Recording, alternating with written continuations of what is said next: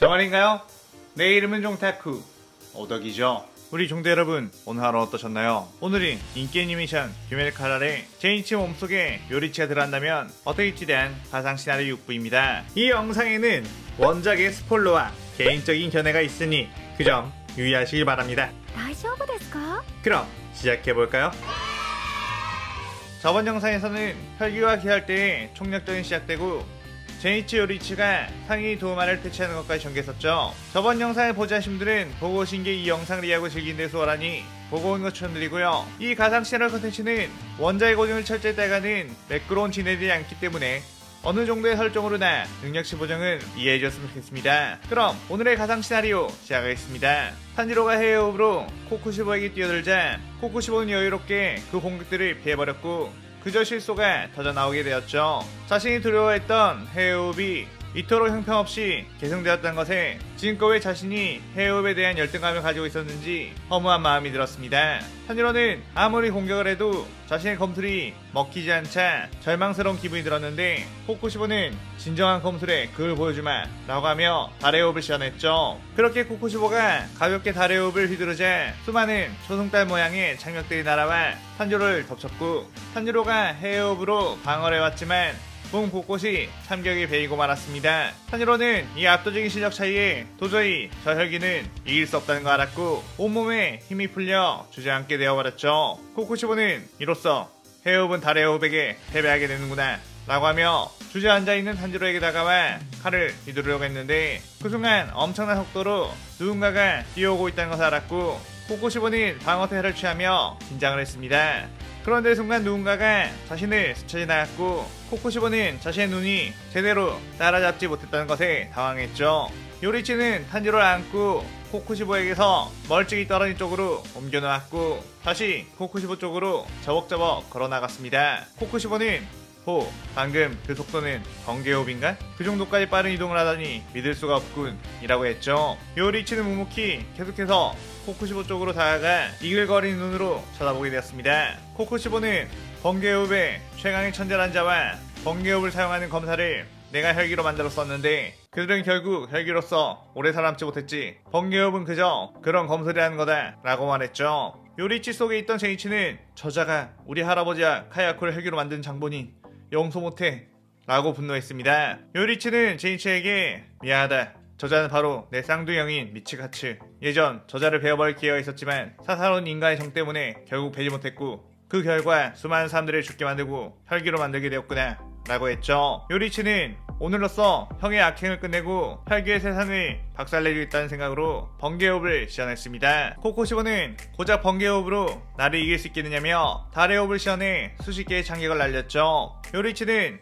그 참격들의 방향을 내비치는 세계로 전부 읽은 뒤 슥슥 피해버렸고 그 뒤 번개호흡 병렬 싸움으로 고속이동해 코쿠시의 목을 노렸습니다. 하지만 코쿠시보 역시 아슬아슬하게 요리치의 공격을 피했는데 코쿠시보도 내비치는 세계에 도달해 있는 상태, 예전 요리치에게 단번에 베어버렸던 시절보다 훨씬 더 강해진 상태였죠. 요리치는 코쿠시보의 향상된 실력에 저 실력에 올라오기까지 얼마나 많은 검사들이 희생되었을지를 생각했고 더욱 봐주면 안되겠다는 생각으로 투기를 올리기 시작했습니다. 코쿠시보는 방금 전 공격도 겨우 피한 상황이라 꽤나 놀랐는데 요리치가 번개호흡 투기를 더욱 끌어올리자 아직 더 빠르게 움직일 수 있는 건가? 라며 위압감이 들었죠. 하지만 투기가 더 명확해질수록 내비치는 세계를 통해 다음 행동이 더욱 예상이 쉽게 되기에 코쿠시보는 그래 와보거라 라고 하며 카운터 공격을 준비했습니다. 그렇게 요리치가 순식간에 병력 일섬으로 튀어나왔고 코쿠시보는 그 속도를 예측해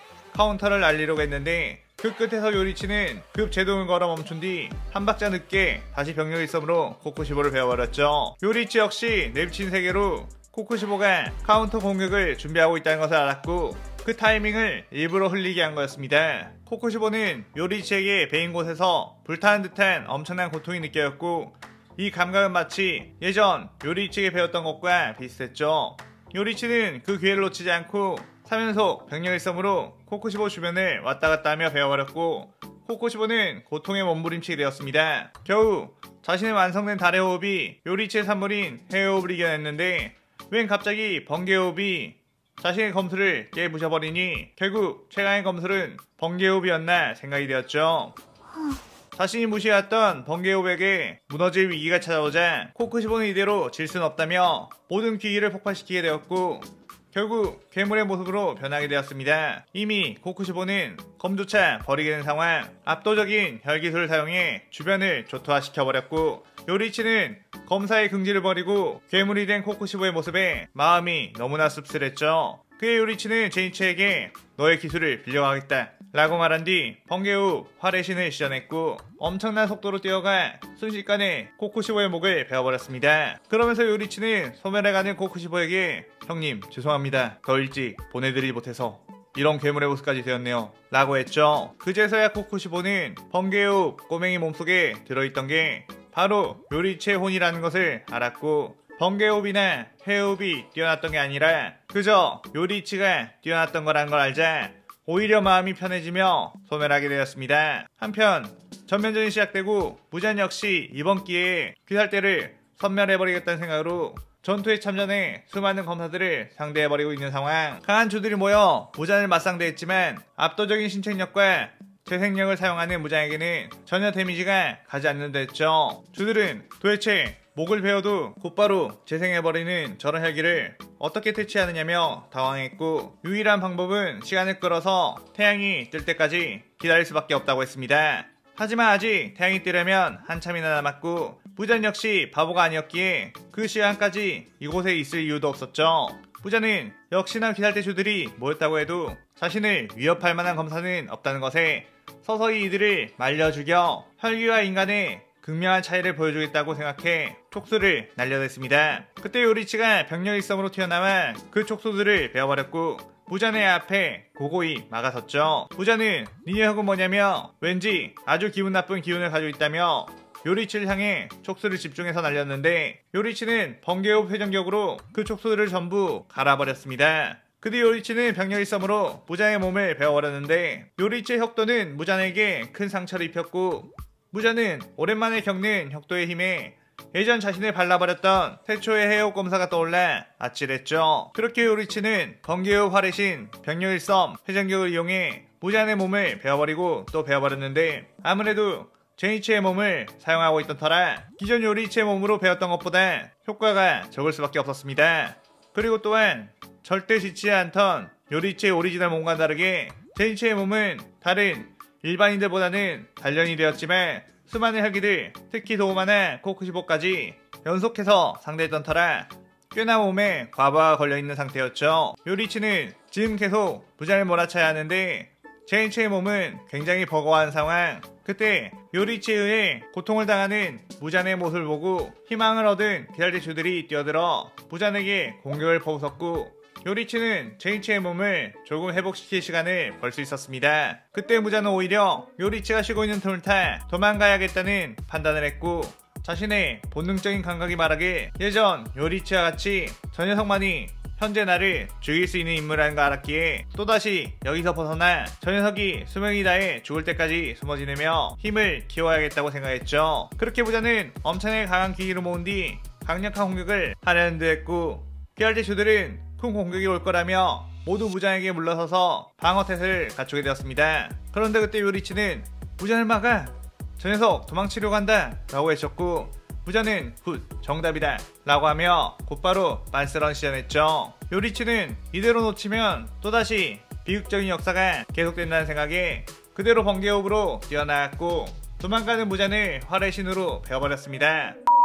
그의 무잔은 몸의 6편을 수천 개로 쪼개버렸고 이렇게 하면 아무리 빠른 니 녀석도 나를 놓칠 수밖에 없다 라고 했죠. 요리치는 예전에 무잔을 같은 방법으로 놓쳤다는 걸 생각했고 이 6편들을 하나도 빠짐없이 베어버려야 한다고 판단했습니다. 하지만 그렇게 했다간 요리치의 온몸이 사실상 버티지 못할 것이고 이 싸움 이후로는 제니치가 검사로서의 모든 힘을 잃을지도 모른다는 것을 알았죠. 그때 제니치가 머릿속에서 당신이 아니었다면 나는 이미 죽었을지도 모르는 몸, 귀살대로서 해야 할 일을 할 수 있다면 상관이 없다며 꼭 모든 것의 원흉인 무잔을 끝장내주라고 했습니다. 요리치는 제니치 소년 많이 성장했구나, 고맙고 미안하다 라고 한 뒤 번개호흡을 시전했고 지금껏 제니치의 몸을 생각해서 제니치의 몸에 맞춰 검수를 썼다면 이번에는 요리치 오리지널 그 자체의 기준을 맞춰 병력일섬을 사용했죠. 그 속도는 가히 압도적이었고 수천 개로 쪼개져 도망가는 무잔의 몸을 순식간에 베어버리기 시작했습니다. 그것은 번개호흡 종형 무한격이라는 형태로 나왔고 압도적인 스피드로 계속되는 참격은 적이 먼지가 될 때까지 베어버리는 압도적인 체력과 스피드가 있는 요리치만이 가능한 기술이었죠. 그렇게 요리치는 무한으로 즐기며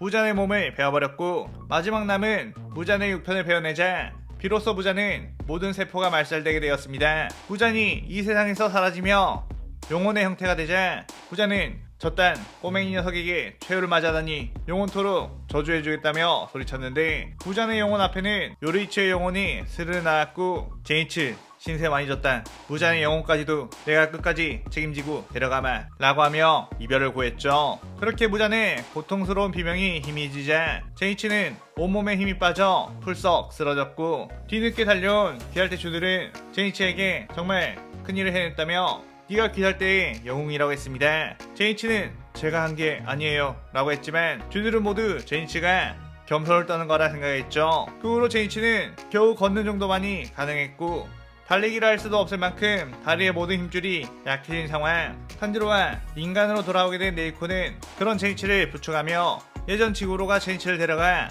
요리치가 빙이 되었던 요리치의 무덤을 찾아갔습니다. 그들은 함께 기도를 하며 당신 덕분에 무잔을 되찾을 수 있었고 네즈코 역시 인간으로 돌아올 수 있었다며 고맙다고 했죠. 제니치는 귀할대 해체 후 영웅으로서 대접을 받고 많은 보상금을 받게 되었지만 소소하게 살았던 요리치가 오래 함께해서 그런지 네즈코와 탄지로와 함께 산속에 있는 작은 집으로 들어가 오손도손 소소하게 살게 되며 이 시나리오가 끝이 나게 됩니다. 자, 이렇게 제이치 요리치 시나리오가 끝났는데 요리치가 흔히 쓰는 해호흡이 아닌 번개호흡으로만 캐리하는 모습도 나름 색달라 멋있었던 것 같아요. 제이치 역시 희생을 마다하지 않는 모습으로 어떻게 보면 나름의 몫을 해내게 돼서 의미 있는 끝맺음이 되었다고 생각이 되네요. 오늘의 가상 시나리오에 대한 감상평 많이 남기시고 저는 다른 재밌는 시나리오를 들고 찾아오겠습니다. 오늘 영상 즐겁게 보셨다면 구독, 좋아요, 알림 설정 누르는 거 잊지 마시고요. 그럼 오늘은 이만 사요나라. 사요나라.